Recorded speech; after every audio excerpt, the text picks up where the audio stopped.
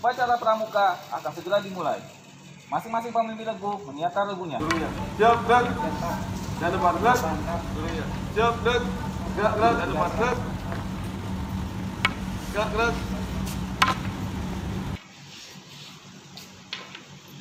Pratama memasuki lapangan upacara.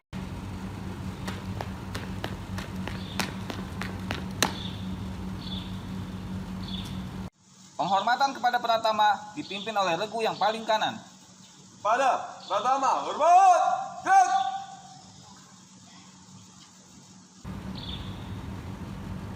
Gerak, gerak. Laporan masing-masing pemimpin regu kepada Pratama.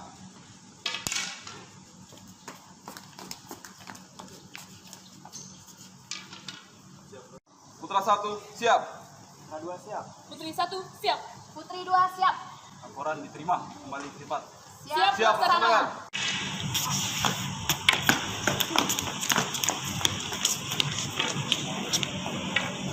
Pratama mengisyaratkan peserta upacara. Pimpinan saya ambil alih, seluruhnya istirahat di tempat. Gerak.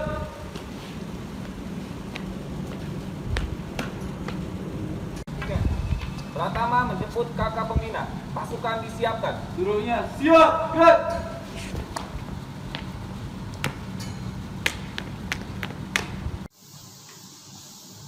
Lapor, kakak diminta untuk menjadi kakak pembina. Siap.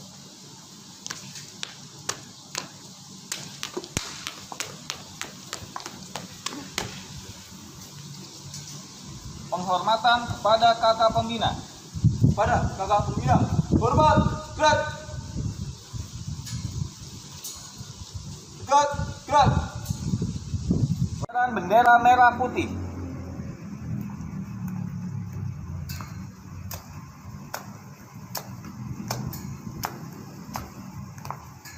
Pada sang merah putih. Hormat. Gerak.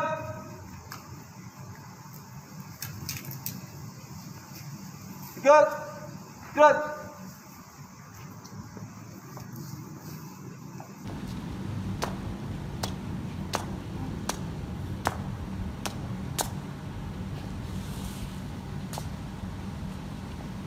Pembacaan teks Pancasila oleh kakak pembina.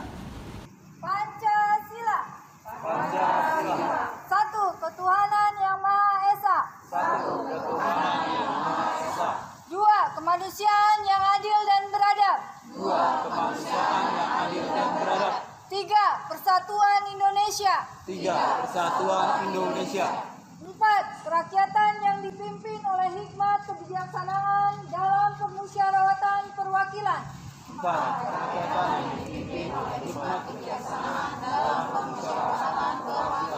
Lima, keadilan sosial bagi seluruh rakyat Indonesia. Pembacaan Dasa Dharma. Dasa Dharma Pramuka. Pramuka itu 1.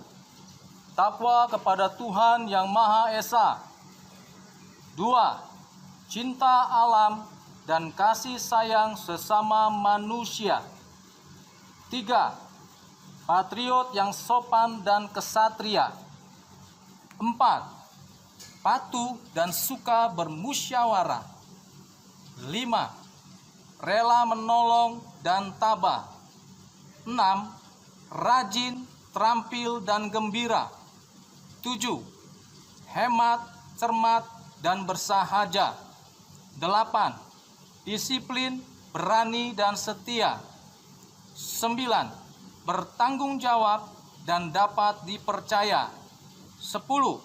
Suci dalam pikiran, perkataan, dan perbuatan. Untuk amanat istirahat di tempat. Gerak. Salam Pramuka. Adik-adik, sekarang kita akan mulai kegiatan Pramuka kita kembali. Walaupun secara daring, tetaplah semangat selalu. Nanti kakak-kakak pembimbing akan menyampaikan materi yang akan kalian dapatkan. Selamat mengikuti, tetap semangat selalu. God bless you. 2 kali tepuk Pramuka.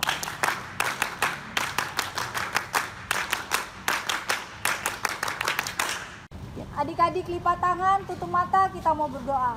Tuhan Yesus yang baik, saat ini Tuhan kami akan melakukan kegiatan pramuka. Biarlah Engkau yang memberkati setiap adik-adik di tempat ini Tuhan. Mereka boleh berkarya ya Tuhan untuk mengembangkan pramuka. Terima kasih Tuhan Yesus, berkati juga kakak-kakak pembina yang akan menyampaikan materi. Biarlah Tuhan yang memberikan hikmat marifat untuk mereka menyampaikan setiap materi untuk adik-adik. Di dalam nama-Mu kami berdoa dan mengucap syukur. Haleluya. Amin.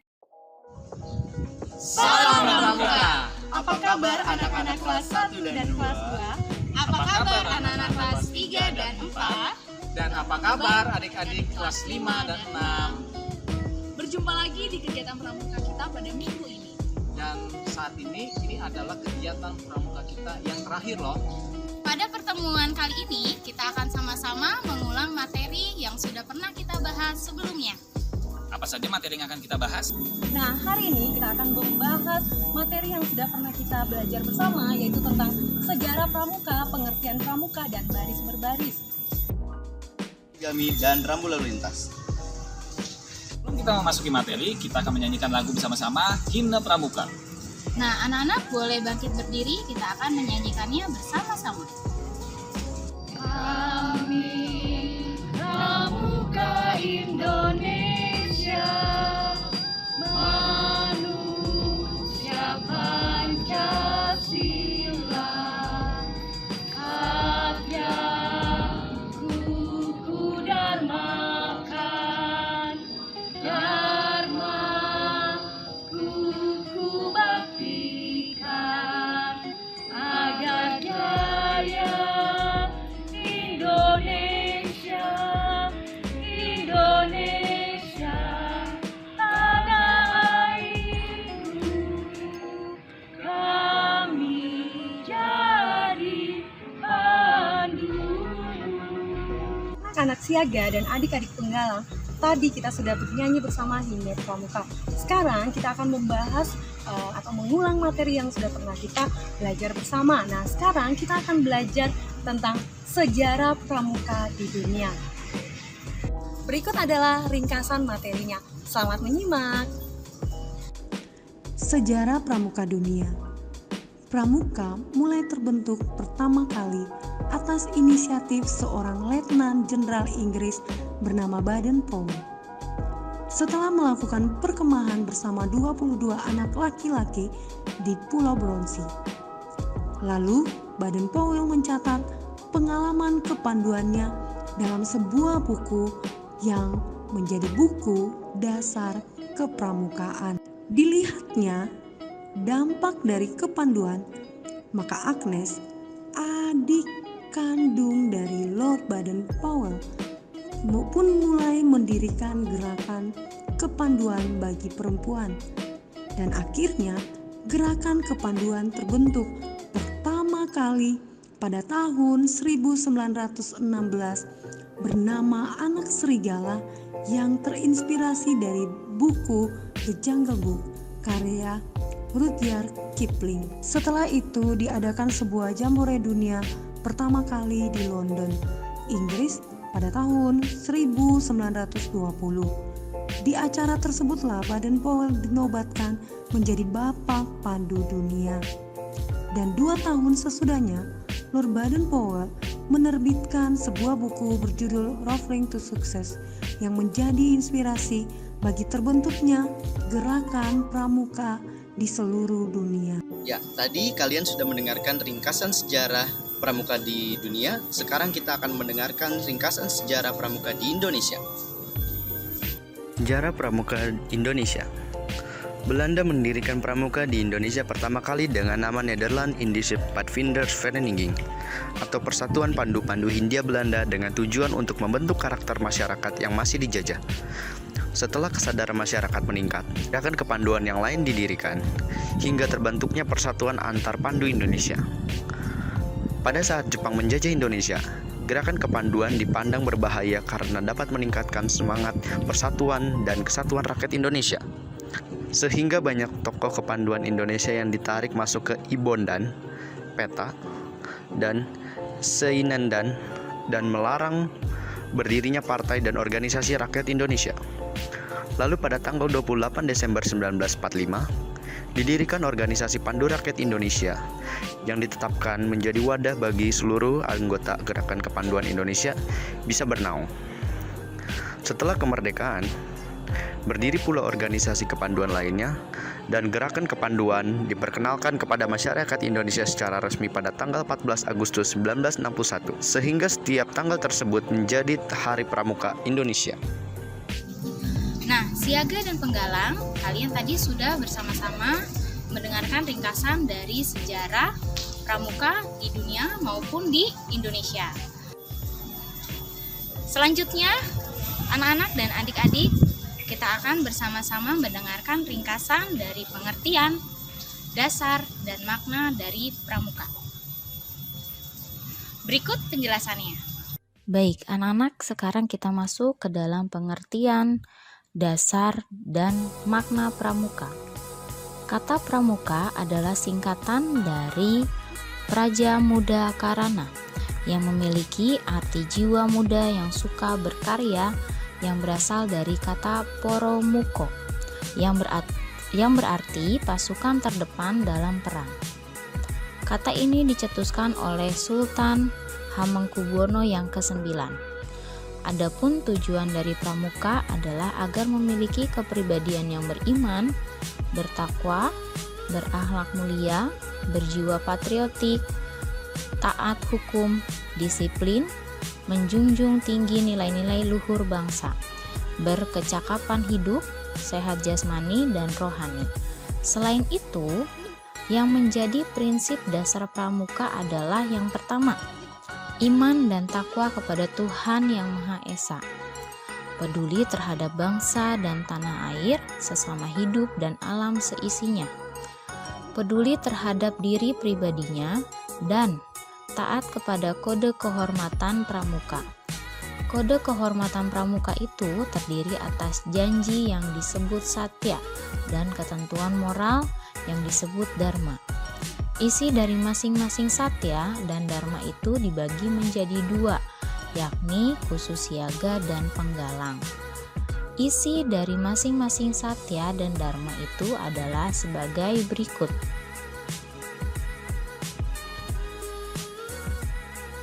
Dharma Pramuka. 1. Siaga berbakti kepada ayah bunda. 2. Siaga berani dan tidak putus asa.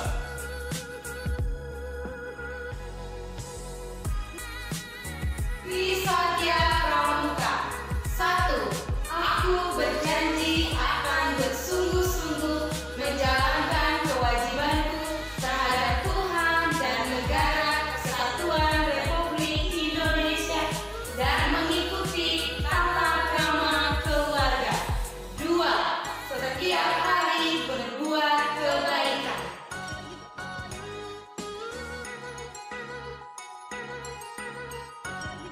Satya Pramuka. Demi kehormatanku, aku berjanji akan bersungguh-sungguh 1. Menjalankan kewajibanku terhadap Tuhan, Negara Kesatuan Republik Indonesia dan mengamalkan Pancasila. 2. Menolong sesama hidup dan mempersiapkan diri membangun masyarakat. 3. Menepati dasar dharma.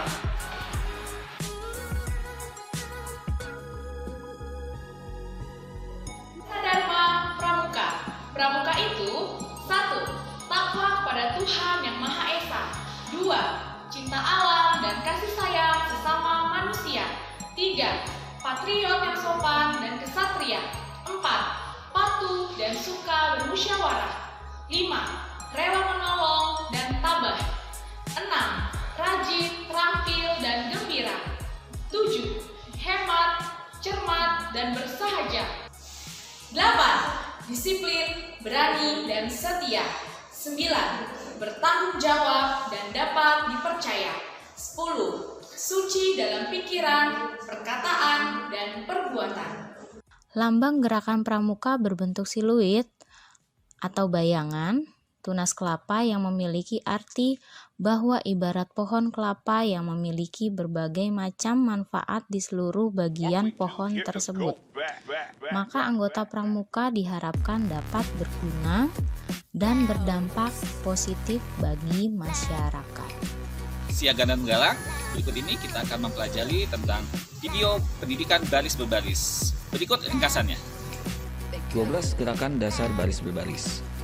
Baris berbaris adalah suatu wujud latihan fisik yang diperlukan guna menanamkan kebiasaan dan terbentuknya sikap jasmani yang tegap tangkas, rasa disiplin, dan rasa tanggung jawab. Latihan baris berbaris ini digunakan dalam semua bidang yang hendak melakukan apel atau upacara secara nasional. Adapun ada 12 gerakan dasar dalam baris berbaris, di mana sebagiannya sudah kamu ketahui pada materi yang lalu. Berikut adalah keseluruhan 12 gerakan dasar baris berbaris. 1. Sikap sempurna. Istirahat di tempat. Rencang depan. Rencang kanan. Hadap kiri. Hadap kanan. Balik kanan. Hadap serong kiri. Hadap serong kanan. Berhitung, hormat, dan jalan di tempat. Siaga dan Penggalang, tadi kita sudah sama-sama mendengarkan ringkasan materi sebelumnya. Sekarang kita akan kembali lagi mendengarkan ringkasan materi tentang sejarah origami. Ya, sekarang kita akan belajar bersama-sama sejarah dari origami, yaitu origami berasal dari bahasa Jepang. Dari kata ori berarti lipat dan kami yang berarti kertas, sehingga memiliki makna seni melipat kertas yang berasal dari Jepang. Kesenian dan kerajinan melipat kertas ini dimulai dikembangkan ketika teknik pembuatan kertas mulai dikembangkan di Jepang. Kertas yang digunakan pertama kali pada saat itu adalah washi. Teknik pembuatan kertas ini dikenalkan melalui hubungan perdagangan antara Jepang dan semenanjung Korea. Hal ini tercatat dalam kitab suci agama Shinto, Kojiki. Setelah itu, seni origami terus berkembang dan disesuaikan dengan zaman dan era pemerintahan Kekaisaran Jepang yang silih berganti. Yang pertama, pada zaman Heian, origami digunakan sebagai penutup botol, sake atau arak pada saat upacara penyembahan dewa. Yang kedua, pada zaman Kamakura, origami digunakan sebagai penutup noshi, sebuah hidangan daging tiram yang istimewa karena dianggap sebagai pembawa keberuntungan. Yang ketiga, pada zaman Muromachi, origami berkembang menjadi suatu cara untuk memisahkan masyarakat golongan kelas atas atau samurai dan kelas bawah atau masyarakat biasa. Pada zaman ini, origami semakin identik dengan budaya Jepang yang diwariskan turun-temurun, terutama dalam adat keagamaan Shinto. Pada zaman Edo, origami berkembang pesat karena berlimpahnya produksi kertas akibat revolusi industri. Pada zaman Meiji, origami digunakan sebagai alat untuk mengajar di TK dan SD. Pada zaman Showa, popularitas origami kurang diminati dan hanya tersisa noshi bagi pertukaran hadiah antar samurai. Setelah melalui berbagai macam era kekaisaran yang berbeda, origami mulai diperkenalkan dengan cara yang baru dan lebih kekinian. Kesenian origami modern inilah yang diperkenalkan oleh Akira Yoshizawa dengan menekankan origami agar dibuat lebih mengarah ke bentuk lipatan yang mengadopsi bentuk realistik seperti binatang, benda, atau bentuk dekoratif lainnya. Nah, anak-anak siaga dan adik-adik penggalang, tadi kalian sudah belajar materi-materi yang sebelumnya.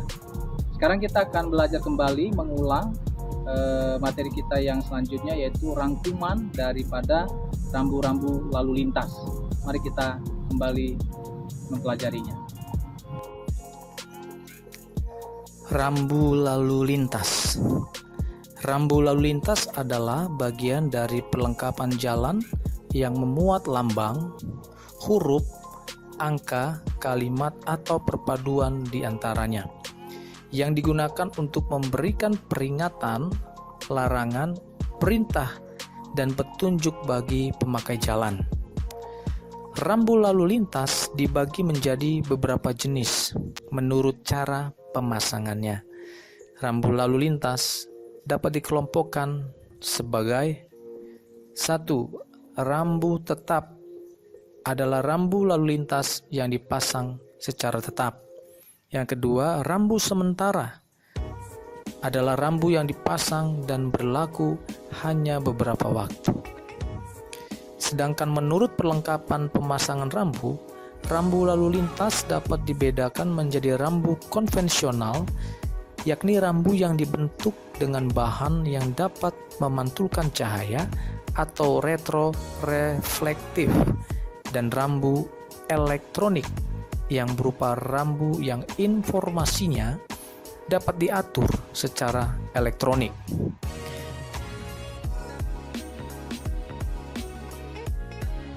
Tanda rambu lalu lintas dibagi menjadi 4 tanda dengan warna yang berbeda. Yang pertama, warna merah, yang artinya adalah rambu larangan. Yang kedua, warna kuning, yang artinya rambu peringatan. Yang ketiga adalah warna biru, yang artinya rambu perintah.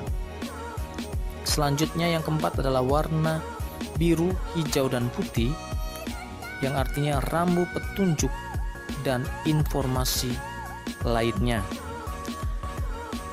Adapun penjelasan dari masing-masing tanda warna rambu tersebut adalah sebagai berikut. Rambu larangan digunakan untuk menyatakan perbuatan yang dilarang dilakukan oleh pengguna jalan. Berikut adalah beberapa contoh rambu larangan yang sudah pernah kamu pelajari.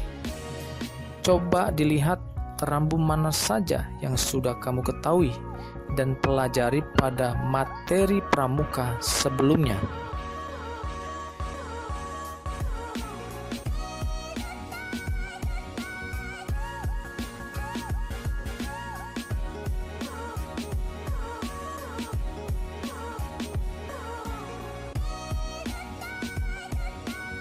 Rambu peringatan digunakan untuk memberi peringatan kemungkinan ada bahaya di jalan atau tempat berbahaya pada jalan, dan menginformasikan tentang sifat bahaya.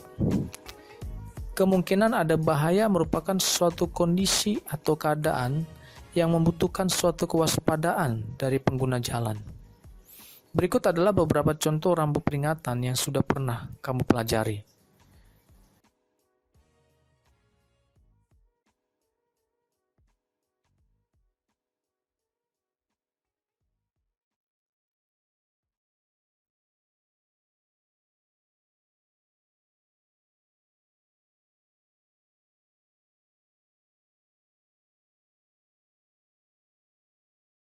Rambu perintah digunakan untuk menyatakan perintah yang wajib dilakukan oleh pengguna jalan.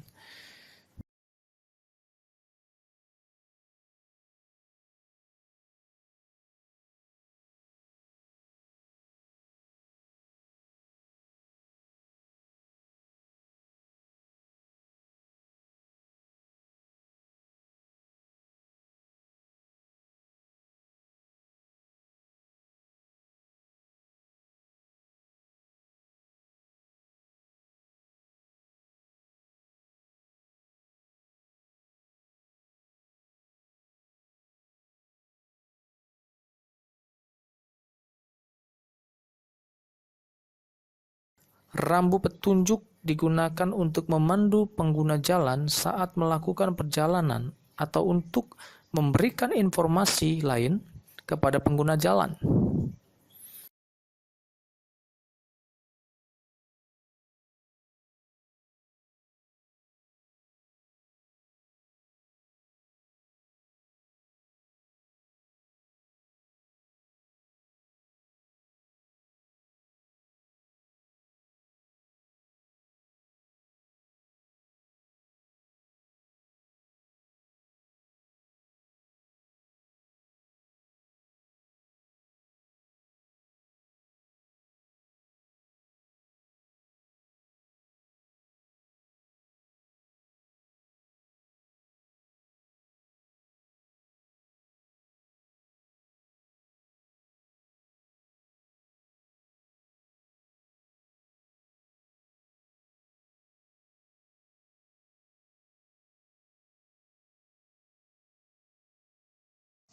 Nah, anak-anak siaga dan adik-adik penggala, demikian eskul pramuka kita di semester ini.